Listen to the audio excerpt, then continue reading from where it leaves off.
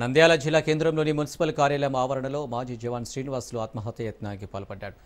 అక్కడే ఉన్న స్థానికులు వెంటనే నంద్యాల ప్రభుత్వ ఆసుపత్రికి తరలించారు. ప్రస్తుతం శ్రీనివాసులు పరిస్థితి నిలకడగా ఉన్నట్లు వైద్యులు తెలిపారు. అయితే బాధితుడి ఇంటి సమీపంలో ఉన్న కొంత స్థలాన్ని కొందరు ఆక్రమించి ఇల్లు నిర్మిస్తున్నారని, అటుగా వెళ్లే స్థానికులకు తీవ్ర ఇబ్బందులు పడుతున్నారని బాధితుడు అధికారులకు పలుమార్లు ఫిర్యాదు చేసినట్లు తెలుస్తుంది. తనకు న్యాయం చేయాలని కోరిన అధికారులు స్పందించకపోవడంతో బాధితుడు శ్రీనివాసులు ఆత్మహత్య యత్నం చేసినట్లు సమాచారం.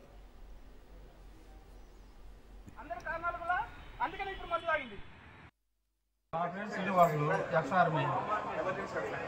నాకు అన్యాయం జరిగింది కాబట్టి మంద వచ్చింది. అన్యాయం ఏంటంటే నా ఇంటికి ఎదురుగా అక్బర్ వ్యక్తి ఇల్లు కడుతున్నాడు. అది 3 నెలల నుంచి సచివాలయానికి చెప్తే హుసేన్ పట్టించుకుని వాళ్ళతో కుమ్మక్కై పట్టించుకోకపోయాడు.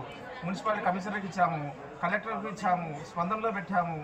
ఆ తర్వాత లాస్ట్కు వీరు కుదరక ఎమ్మెల్యే ఫారూక్ కాడికి పోయి సంతకం పెట్టించుకొచ్చి ఆయన లెటర్ రాసి ఇచ్చిండు తీసేయమని. అయినా కూడా పట్టించుకోలేదు. పట్నాయక్ అనే వ్యక్తి మున్సిపాలిటీ మీ అక్కడ ఆర్మీలు మేము ఎంతమంది చేసినా మీ ఎంతమంది మంది తాగినా మేము పట్టించుకో, మాకు లెక్కలేదు, మా ఇష్టము అని అతని